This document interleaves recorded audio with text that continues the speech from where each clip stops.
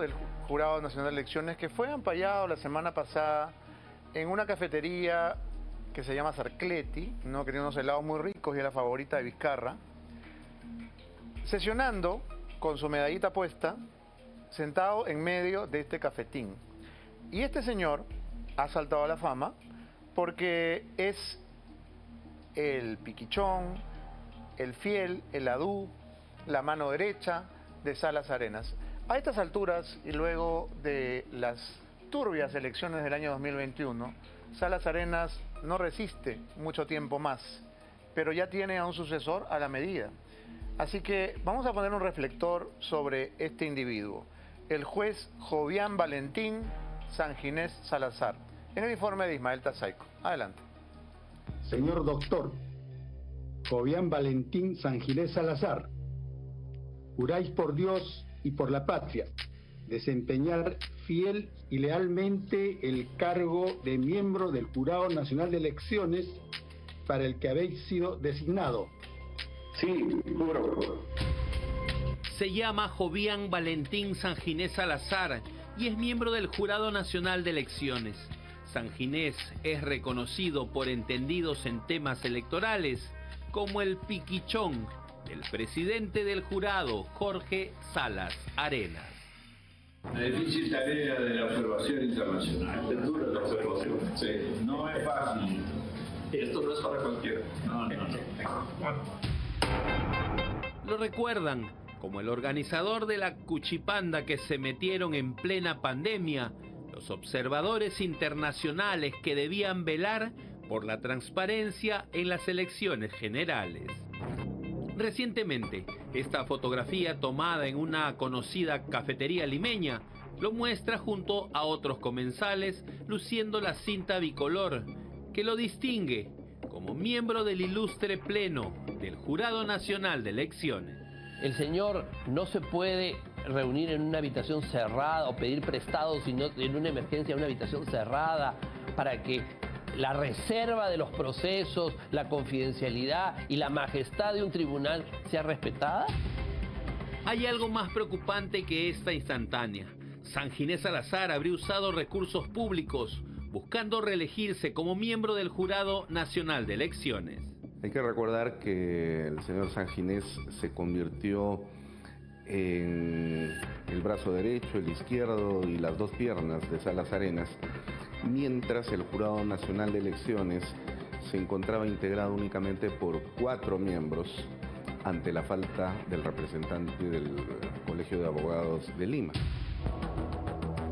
Todas las voces señalan que pese a que acaba de ser tachado, apadrinado por el hombre que acaba de permitir que Antauro Humala inscriba su partido, ya realizan los lobbies para continuar manejando a su antojo las contiendas electorales en nuestro país. Doctor, qué gusto saludarlo. Buenos días. Buenos días, doctor. Buenas tardes. Ya. Buenas tardes. Le saluda el doctor Jovián Sanginés Salazar. Nos hemos encontrado acá en este evento. Es el representante de las facultades de Derecho de las universidades públicas en el Jurado Nacional.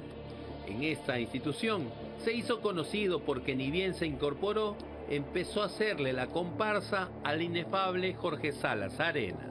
El señor Sanginés es simplemente, digamos, furgón de cola de las decisiones que toma el señor Salas Arenas. Todos saben muy bien que en el ámbito de la justicia electoral, el señor Sanginés lo único que hace es secundar las decisiones que toma el señor Salas Arenas.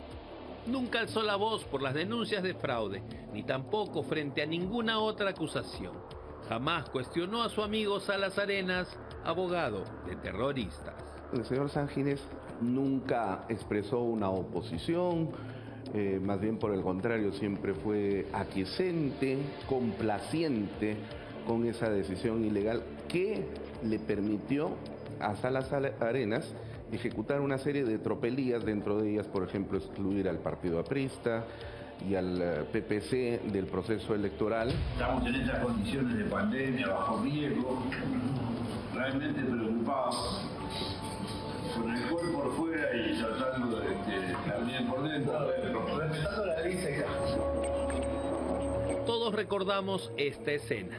Los veedores internacionales convertidos en bebedores de pisco peruano. Gracias a la fina cortesía del Jurado Nacional de Elecciones, quienes debían fiscalizar el proceso, fueron convenientemente invitados a juerguear. ¿Qué cosa era lo que estaba celebrando? El fraude. ¿Y con quién estaba celebrando? Con los observadores internacionales que después dijeron que no había habido fraude. Claro, que iban a señalar que había habido fraude si estaban emborrachándose en el departamento del señor Sanginés. Según informó el diario Expreso, Jovian Sanginés Salazar fue expectorado del Ministerio Público en el 2014. Años después sería denunciado por discriminación y violencia psicológica en Huacho. Ahora mismo buscaría reelegirse en el Jurado Nacional y para ello habría usado recursos públicos. Este es el anuncio del seminario titulado El involucramiento de las facultades de derecho en la reforma electoral. El evento se realizó el 23 y 24 de mayo. Dos detalles importantes. La carta oficial enviada por Sanginés a los decanos invitados que ahora podrían reelegirlo lleva el logotipo del Jurado Nacional de Elecciones. El segundo detalle, no menos importante, se lo dejamos en tono de pregunta. ¿Quién pagó este seminario, estadía y demás gastos de los decanos invitados? Esto pues demuestra no solamente que estaría incurso en actividades delictivas como el peculado de uso, falsedad ideológica, sino además que estaría involucrado en actos que violan la ley del servicio público y el Código de Ética de la Función Pública. Hace menos de un mes, el Organismo Nacional de Procesos Electorales, OMPE, le dio luz verde al alfil de Salas Arenas para buscar la reelección en el jurado. De inmediato, solicitaron su exclusión. Sobre el particular, debo manifestar que el candidato Jovian Valentín Sanginés Salazar no cumple la condición de exdecano titular conforme a la ley universitaria Ley 30220 y no acredita dicha condición para ser candidato. Sanginés nunca fue decano titular en la Universidad José Faustino Sánchez Carrión de Huacho, como la ley lo exige. Desempeñó ese cargo de manera interina. Así ha quedado demostrado en documentación de la propia universidad. El universo electoral para esa plaza es los decanos de las universidades públicas. Entonces, ese sistema corporativo es un sistema en sí mismo corrupto. Es un universo cerrado de gente que se conoce y que a punta de prebendas y favores en un universo reducido, sin que nadie los pueda ver de manera poco transparente y poco democrática, resultan favoreciéndose con un puesto público. Llamamos y escribimos al doctor Sanginés Salazar, pero nunca respondió. Hace unas horas, las dos tachas presentadas en su contra fueron admitidas por la OMPE. Los decanos de las facultades de Derecho de las universidades Daniel Alcides Carrión y de la Amazonía peruana impugnaron su reelección, aunque aún queda la apelación. Revisable a nivel de segunda instancia, ¿no? Y de ahí queda un largo camino que ya no tendría mayor sentido, pero en el ámbito judicial. Pero sí todavía hay una instancia administrativa que podría revertir esta situación. Ahora, si logramos confirmar que esto ha sido ilegal todo el rato, doctor, las decisiones de este señor tendrían que ser por lo menos revisadas, ¿no? La presencia de este señor es absolutamente nula. Las decisiones que el colegiado ha tomado con su decisión son nulas de pleno derecho. Y por lo menos habría que revisar, ¿no? Dato adicional. Sanginés declaró en el 2020 tener bienes por el monto de 68.876 soles, mientras que en el 2023 aquellos bienes crecieron considerablemente a más de 896.000 soles, más de 800.000 soles en solo 3 años. ¿Logrará Salas Arenas hacer que se reelija su lugarteniente en el Jurado Nacional de Elecciones? ¿Permitirá a la OMPE que este personaje postule sin problemas? Estamos en el Perú y cualquier cosa puede pasar.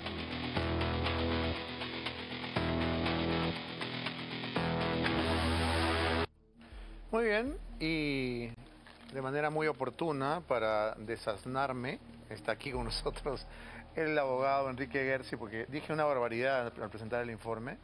Dije que Sanginés iba a ser el sucesor de Salas Arenas, como si de una monarquía se tratara. Buenas noches. Hola doctor Beto, ¿cómo Gersi. estás? Encantado. El señor Sanginés es el representante en el jurado de las universidades del Perú y representa él mismo a una universidad improbable. La Universidad José Faustino Sánchez Carrión de Huacho. Okay. Él es con todo cariño para Huacho, ¿no? Sí, sí. Mi mamá era de Huaura, así que con el mayor cariño para Huacho. Y Magalí es de Huacho. Imagínate, ¿no? Él representa a los decanos de las facultades de Derecho públicas, ¿no? Como bien decía Fernán Altuve durante el reportaje, en un sistema corporativo que lamentablemente es el que se mantiene para la elección del jurado. Pero no es, ni podría ser, en ningún supuesto, presidente del Jurado Nacional de Elecciones. El presidente del Jurado Nacional de Elecciones necesariamente es designado por la Corte Suprema, porque debe ser un magistrado de la Corte Suprema. De manera que él puede pretender que lo reelijan en ese cargo, ¿no? Está teniendo, veo, algunas dificultades, pero no puede ser nunca el presidente del jurado, porque ese es un cargo que, de acuerdo con la Constitución, le corresponde a un magistrado de la Corte Suprema, como es el caso de Salas Arenas. Entiendo que en octubre se vence el periodo del doctor Salas Arenas, en cuyo caso la Corte Suprema, en sala plena, tendrá que reunirse y elegir un sucesor. Pero no va a ser nunca este caballero, que será miembro si es que lo reeligen. Pero si está tachado y no puede postular y no lo reeligen, saldrá de ahí y vendrá otro, pero nunca ocupará el cargo de Salas Arenas. Comentábamos fuera de cámaras que estos personajes medio grises, medio incógnitos, son los que al final tienen la sartén por el mango, los que deciden nuestro destino. Sí, claro, Enrique Chirino Soto, que fue mi maestro en la prensa, ¿no? El papá de Pati. El papá de Pati, que yo le tengo, vamos, un aprecio enorme. Un brillante. Oh, un tipo absolutamente brillante. De los que no hay ya, ¿no? Te digo una cosa, no verlo escribir un editorial en 4 o 5 minutos, prácticamente de cualquier tema, era una absoluta delicia. ¿5 minutos? Minutos. ¿Es posible Ah, eso? no, era una cosa absolutamente increíble. Se sentaba y los escribía en limpio. Nada en borrador. Se sentaba y los escribía en limpio. ¿Dónde? ¿En la prensa? En la prensa a la antigua, con las viejas cuartillas, claro, numeradas, rayadas, ¿no es cierto? Escribía además sin errores ortográficos, con una prosa muy elegante, y era un gran lector, un gran conversador, un gran conocedor de la historia. De hecho, escribió no solamente libros de derecho, sino algunos libros de historia. Enrique y dijo decía, que Fujimori era un peruano de segunda generación. Sí, bueno, la retórica una de sus la frases época. más célebres. La retórica de la época. Pero Enrique tenía, siempre hablaba, uno de los conceptos que usaba era el de la estructura intermedia del Estado. Decía que el poder en el Perú no radica en los funcionarios elegidos, ¿no? Que muchas veces se la creen, ¿no? Digamos, contrariamente a lo que Sendero Luminoso piensa, en el Perú hasta el poder es una ilusión, ¿no? Porque estos señores que están en el gobierno o que están en el Congreso, que creen que son muy poderosos, en el fondo no lo son, Beto. ¿Quién es poderoso? El director general, el director superior, los directores legales, o estos extraños funcionarios como el que hemos visto ahora, que despacha desde una heladería, ¿no? En el pleno del Jurado Nacional de Elecciones. Eso pues, mira, ni en el virreinato de los Austria, me entenderás. Es una cosa que no tiene absolutamente ningún sentido. Pero esa estructura del Estado, que no tiene accountability, como dicen los americanos, no responden a nadie los puede censurar. Tú no puedes interpelar a un director general. ¿Me entiendes? Claro, estos señores tienen más poder que un ministro. Porque un ministro realmente va a tomar un café a una esquina y tiene problemas. En cambio, este señor se da el lujo de despachar desde una heladería y no tiene ninguno. Entonces, tenemos también, cuando hablamos sobre cómo reorganizar el Estado, que es un tema en permanente debate, que echarle el ojo a la estructura intermedia, que es realmente... Ahora, lo interesante aquí, ¿no? Enrique, es que la apelación que ha presentado la va a resolver Corbeto. Sí, porque es en la OMPE.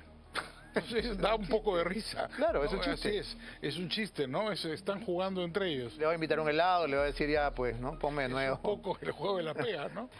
La El llevas helado de tú, lúcuma. ¿no? ¿Tú te acuerdas la famosa salsa de Celia Cruz, ¿no? Songo le dio a Borondongo. Exacto. Borondongo le dio a Bernabé le pegó a Muchilanga. ¿no? Sí, Y a claro. Muchilanga se le hinchan los pies. Están jugando entre ellos, pues. Esto es un chiste. Absolutamente. No, la verdad es que el sistema electoral, no solo el sistema judicial, ¿no? Ya en los últimos meses, entre jueces y fiscales un poco que le han dado un dolor de cabeza a la opinión pública, pero el sistema electoral, que antes era un poder del Estado, Pero lo hacen muy bien, ¿ah? Porque yo tengo aquí la resolución de la OMPE que dice: visto el documento presentado por el señor decano de la Facultad de Derecho y Ciencias Políticas de la Universidad Nacional Daniel Alcides Carrión, ¿no? De interponer tacha. O sea, todo ese floro de leguleyo, sí, claro, para que al final la OMPE admita el recurso, ¿no? Y por supuesto quien va a decidir es el señor Crobeto, que es parte de la misma mancha.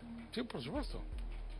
Lo que está mal ahí es el sistema y estos individuos que se han enquistado ahí, ¿no? Entonces, francamente, primero, es absolutamente esencial que la Corte Suprema elija un representante que no tenga ningún antecedente ideológico, que sea una persona neutral, que sea una persona creíble, como el doctor Domingo García Rada, como recordaremos, alguien realmente verosímil.